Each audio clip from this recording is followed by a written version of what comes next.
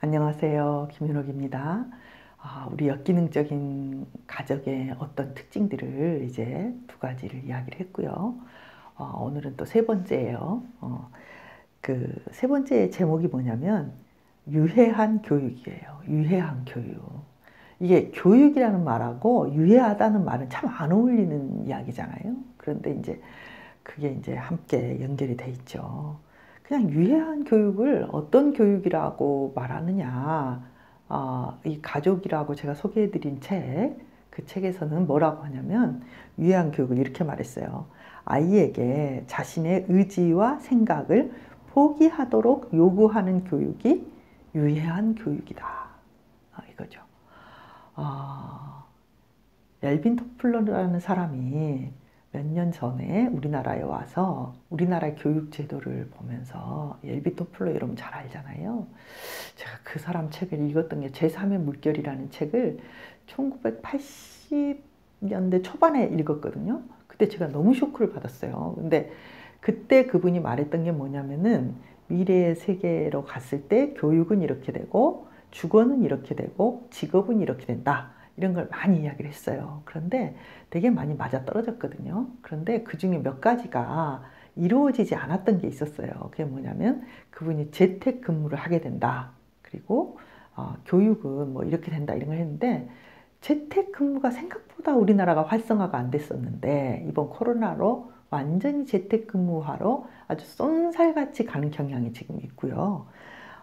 이 교육의 문제에 있어서 교육이 정말로 창의적이 되어야 되고 한 개인의 개성을 살려내지 않으면 그 교육은 어떻게 된다고 보냐면 부가가치를 창출하지 못하게 된다는 거죠. 그러니까 로봇이 할 수 있는 외우기, 암기하기, 자료 찾기 뭐 이런 거를 인간이 로봇을 따라갈 수가 없대요. 그런데 로봇이 못 따라가는 부분이 어떤 부분이냐면은 공감 능력, 창의성, 융통성 이런 거거든요. 그러니까 그런 쪽으로 길러내줘야 되는데 그게 살아나려면은 자기 스스로의 자율권, 의지, 그리고 자기의 생각 이런 것이 있어야 되는데 유해한 교육은 그걸 포기하게 만드는 거예요. 첫 번째 시간에 제가 박탈된 자유에 대해서 이야기를 했는데 이 박탈된 자유는 이런 걸 포기하게 해요. 그러면은 실제로 우리의 삶에 있어서의 아이들과의 관계 또는 우리가 받고 자라난 교육들을 한번 생각해 본다면 우리의 교육은 정말이지 아이의 어떤 의지라든지 아이의 선택이 거의 존중받지 못하는 그런 교육 체계거든요. 부모가 이제 어렸을 때, 우리가 어렸을 때 부모님들은 어떻게 생각을 했냐면 시험 성적이 이 아이의 삶의 성적이라고 생각을 했죠. 그리고 어떻게 보면 저희 세대에는 그게 맞아떨어진 부분이 있었어요.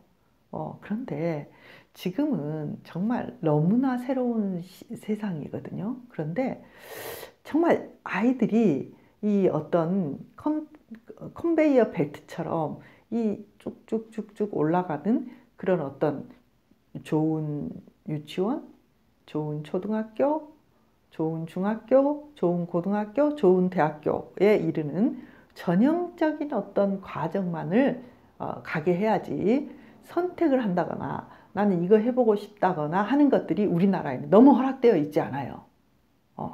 그런데 너무 허락되어 있지 않다 하더라도 여러분의 가정마다 각 개인마다 그것을 허락하는 미묘한 차이들이 굉장히 많이 존재해요. 그러니까 예를 들면 제가 만났던 어떤 친구는 부모님들이 정말 고학력의 부모님이었는데 이 아이의 대학을 위해서 굉장히 철저하고 꼼꼼한 관리를 하셨어요. 그래서 이 아이가 대학을 졸업할 때까지 중고등학교 이야기를 하는데 단 한 번도 친구들과 어울려서 부모님 몰래 PC방에 가본 적이 없대요. 그러니까 이 친구는 굉장히 그 모범적이고 착한 아이였던 거죠. 그런데 그것들이 나중에 대학을 졸업하고 이 친구의 앞길을 가로막는 가장 큰 문제가 됐어요. 보세요. 친구들과 어울려서 PC방에도 가고, 또 어떻게 보면은 학원도 조금 빼먹어 보고, 이런 것들을 너무 빼먹고 너무 안 가면 안 되겠지만, 아이들이 그 속에서 조금씩 자유롭게 자신을 조금 이렇게 할 수 있는 틈을 준 부모와 전혀 틈을 주지 않고 스트릭하게 딱 그걸 고정시켜 놓은 부모는 차이가 날 거란 말이에요. 전반적으로 우리나라의 교육들이 이런 부분에 굉장히 문제가 있긴 하지만 부모에 따라서 다르다는 거죠. 또 어떤 부모들은 아이가 학원을 너무 빼먹고 안 가기 때문에 결국 못 보내는 부모들도 있어요. 아이가 너무 안 가니까. 저는 그게 아이가 안 가서 부모가 못 보낸다. 저 괜찮다고 생각해요. 근데 아이가 너무 안 가는데 기어이 보내고 기어이 강압을 하고 그래서 기어이 보낸 그 부모, 그래서 성적은 좀 오를 수 있겠죠. 그런데 그런 부모는 이제 너무나 자율성을 해친 부모라는 거예요. 그러니까 아이와 엄마의 힘겨루기, 줄다리기 또는 뭘 시키는 데 있어서 부모는 시키겠죠. 근데 아이가 너무 싫어하고 아이가 빼먹고 그렇게 했을 때 부모가 뒤로 조금 물러설 수 있는가? 아이가 또 너무 고집을 부리면 조금 따라가 줄 수 있는가? 아유, 선생님 지금이 얼마나 중요한 때인데요. 제가요, 지금은 안 돼요. 막 이렇게 말씀하시는 분들이 있어요. 여러분, 항상 안 돼요, 항상. 그런데 실은 우리가 함께 같이 흔들려주고, 같이 좀 부드럽게 좀, 얘가 너무 하기 싫어하면 좀 멈추고, 또 얘가 너무 하고 싶어 하면 조금 가주고, 가줘서 너무 아니면 또 돌아오고, 뭐 이런 과정들이 필요한데, 안 돼. 낭비할 수 없어. 절대로 안 돼. 지금이 어느 때인데. 대학 가서 해. 뭐 이런 식으로 전혀 틀어짐이 없이 이 길을 가는 이것들이 그렇게 해서 직선 코스로 갈 수도 있어요. 그런데 그런 교육들이 정말 자신의 감정도 자신의 어떤 의지도 자신의 자율성도 다 꺾어버릴 수 있다는 거죠. 성적은 올랐는데 자율성은 꺾였어. 이게 진짜 진정한 이 아이를 위한 성적일까요? 대학은 잘 갔는데 의지가 없어. 이게 무슨 의미가 있을까요, 여러분? 부모들이 어떻게 생각하냐면 자신도 그런 고통을 받았어요. 그랬는데 이렇게 강압되고 그렇게 부모가 나를 이끌어가는 것이 자기 사춘기 때 너무 힘들었어요. 그래서 일방적으로 자라나고 자신의 의지가 없고 그래서 엄마가 그냥 되었고 그래서 내가 얘를 낳았는데 내 속에서 어떤 생각을 갖고 있냐면은 얘를 기르는 거는 그냥 이렇게 하는 거지 라는 체면에 걸려 있는 거예요. 그래서 자기 애들에게도 똑같이 시켜요. 근데 문제는 뭐냐면은 우리 때는 이렇게 자라서 이렇게 해도 어쩌면 살아남을 수가 있었단 말이에요. 문제는 우리 아이들의 세대는 이제 그렇게 해서 살아남을 수 있는 세대가 아니에요. 정말 휘몰아치는 변화와 새로운 그 창의력이 필요하고 자율성이 필요하고 정서적인 단단한 의지가 없으면 훅 불면 날아가는 시대가 됐단 말이에요. 여러분, 그래서 이 체면에서 벗어나야 돼요. 여러분이 자라날 때 얼마나 여러분이 선택을 했나요? 얼마나 여러분이 무엇을 원하는지를 인식을 했나요? 저도 생각해 보면 저희 때 그런 선택을 하거나 그런 경우가 저 자신도 참 별로 없었구나 뭐 이런 걸 생각을 해요. 그런데 이런 걸 인식을 해야 되는 거죠. 나는 자율성이 별로 없었구나. 나는 나의 선택이 별로 없었구나. 난 정말 내가 뭘 좋아하는지를 모르고 부모가 하라는 대로 따라 했구나. 근데 그게 옳은 게 아니구나. 어쩌면 조금 더 느리게 가더라도 얘가 정말 무엇이 얘한테 맞는지를 좀 헤매고 기다려주고 한 1년 정도 까먹고 좀 이렇게 있어 봐야 되는 거구나. 이런 인식이 생겨야 된단 말이에요. 여러분 체면에서 깨어나세요. 그래서 이런 역기능적인 가정에서 나올 수밖에 없는 유해한 교육을 이제는 인식하고 깨어나야 됩니다. 굉장히 아이를 자율적으로 잘 가르치는 부모가 있었어요.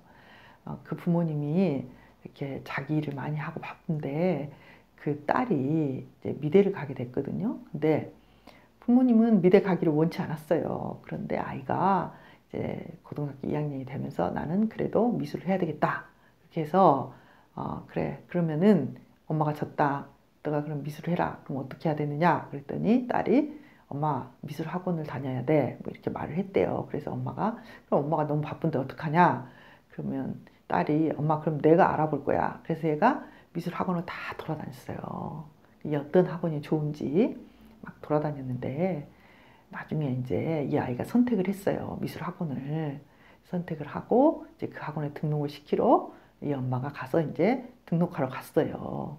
그랬더니 그 원장이 뭐라고 하냐면은 자기 학원 이렇게 오래 했지만은 엄마가 와서 원장을 컨택하지 않고 학생이 와서 원장님한테 묻고 이렇게 돌아다니면서 선택을 해서 엄마 데려오는 건 거의 못 봤대요. 도대체 이게 무슨 일이에요, 여러분?